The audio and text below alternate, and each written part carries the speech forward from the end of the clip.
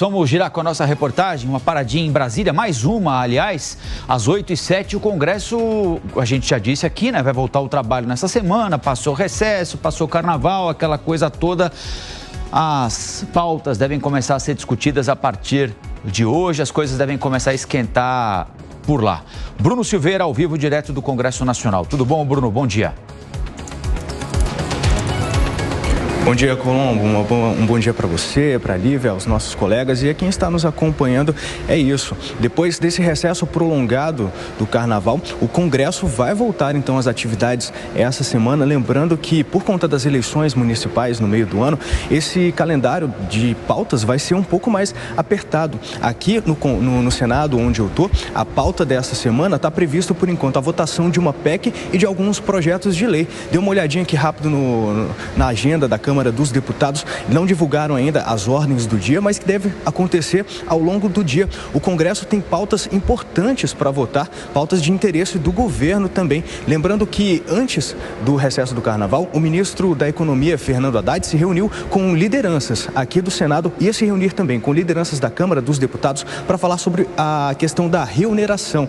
Essa reunião com os deputados não aconteceu, está prevista para acontecer nessa semana ainda, falta uma confirmação por parte desses líderes, mas então o Congresso precisa votar. Essa questão da reoneração, o governo vai decidir se vai mudar a MP que foi editada, como que vai tratar essa questão da reoneração. Além disso, o Congresso precisa promulgar ainda mais outros temas, como por exemplo, a questão da inteligência artificial e também a reforma tributária. Então, nesse calendário mais extenso de trabalhos hoje, o Congresso volta às suas atividades, por enquanto sem atividades nessa segunda-feira, como já é de costume. Alguns poucos parlamentares devem estar chegando aqui em Brasília nessa segunda-feira para amanhã sim, na terça e também na quarta, aí os trabalhos já voltarem com toda a força depois desse recesso prolongado que os parlamentares adotaram depois do feriado de Carnaval.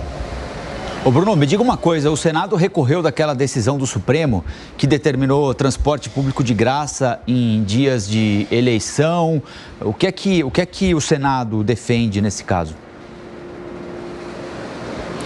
Exatamente, o Senado recorreu dessa decisão, entrou com recurso no STF. Segundo o recurso do Senado, essa decisão, ela deveria passar pelo Congresso e que talvez esse custo devesse ser arcado pela própria Justiça Federal, pela Justiça Eleitoral, perdão. Além disso, esse recurso do Senado afirmou que o STF havia dado o prazo de 1 ano para o Congresso, então, fazer uma legislação sobre esse tema. Mas nesse recurso, o Senado explica que esse prazo de 1 ano é um prazo muito curto para se elaborar, então, essa lei que o Supremo determinou. Essa questão do transporte gratuito, ela foi julgada pelo STF em outubro do ano passado, mas ela só foi promulgada por agora no último dia 5. O ministro Luiz Roberto Barroso, presidente da casa, foi o relator do caso.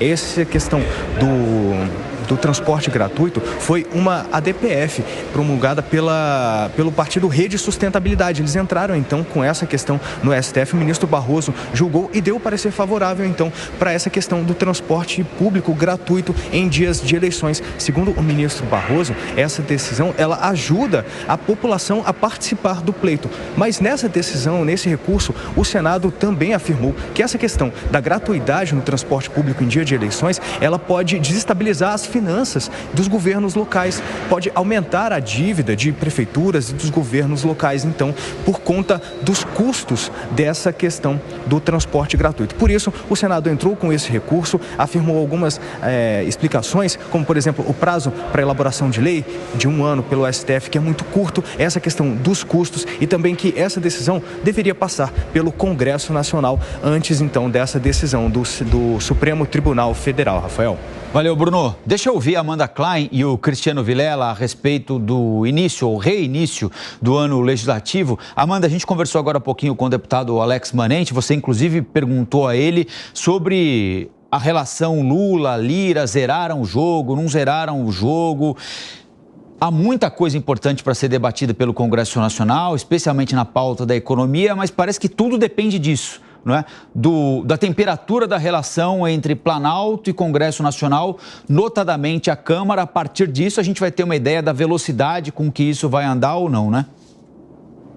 E agora o Planalto com novos interlocutores, Colombo, porque o Padilha está definitivamente escanteado, isso ficou claro na última reunião de Lula e Lira, o interlocutor primordial dois, na verdade, né? O Rui Costa, que é o ministro da Casa Civil, e o ministro da Fazenda, que já era assim, já atuou dessa forma desde o início do mandato do Lula, o Fernando Haddad. Agora, tem reunião de líderes prevista para amanhã, aí vai ficar mais claro quais serão as pautas iniciais do governo. Até o Alex Manente, que é líder do Cidadania, nos disse aqui que, e isso já foi verbalizado por vários outros deputados importantes, o Danilo Forte, que nos concede entrevista com frequência também, da vontade de deputados de vetarem, de derrubarem, melhor dizendo, os vetos do Lula ao orçamento, notadamente aquele que trata, né, da cronologia, uma série em relação à saúde, uma série de pautas que já haviam sido acordadas com o Planalto, posteriormente foram vetadas por Lula.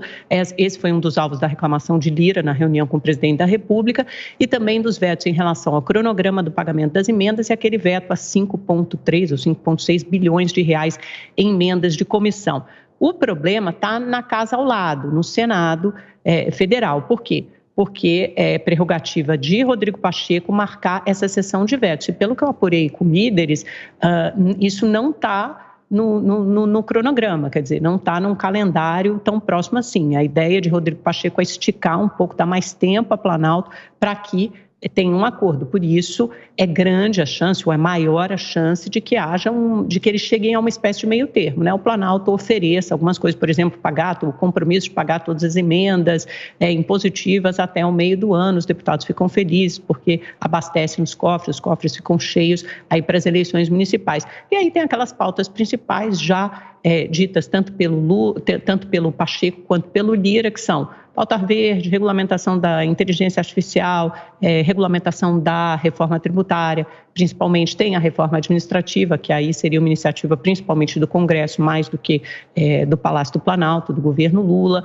e tem também as medidas econômicas de interesse de Haddad, como, por exemplo, a reoneração dos 17 setores. Isso a MP deve ser retirada, deve vir por meio de projeto de lei com urgência constitucional. Eu vejo que a grande tônica desse ano de 2024, desse primeiro semestre de 2024 especialmente, até porque o segundo semestre será mais tomado pelas eleições municipais, mas a grande tônica desse primeiro semestre será realmente essa relação conflituosa entre os poderes. Você vê que a gente está começando agora efetivamente o ano legislativo, mas nós já percebemos uma pauta, especialmente no que se relaciona ao orçamento, especialmente no que se relaciona a finanças, muito propensa a algum tipo de ruído ainda mais significativo entre executivo e legislativo. Você tem ainda uma série de ruídos entre legislativo e judiciário, como, por exemplo, essa discussão sobre o transporte gratuito no dia de eleições. Então, vejamos que 2024, tudo indica, seguirá na mesma toada que foi de 2023. Um ano de grande divergência entre os poderes e que, enquanto não se resolver essa grande polêmica envolvendo as atribuições de cada lado, infelizmente, o Brasil vai continuar patinando.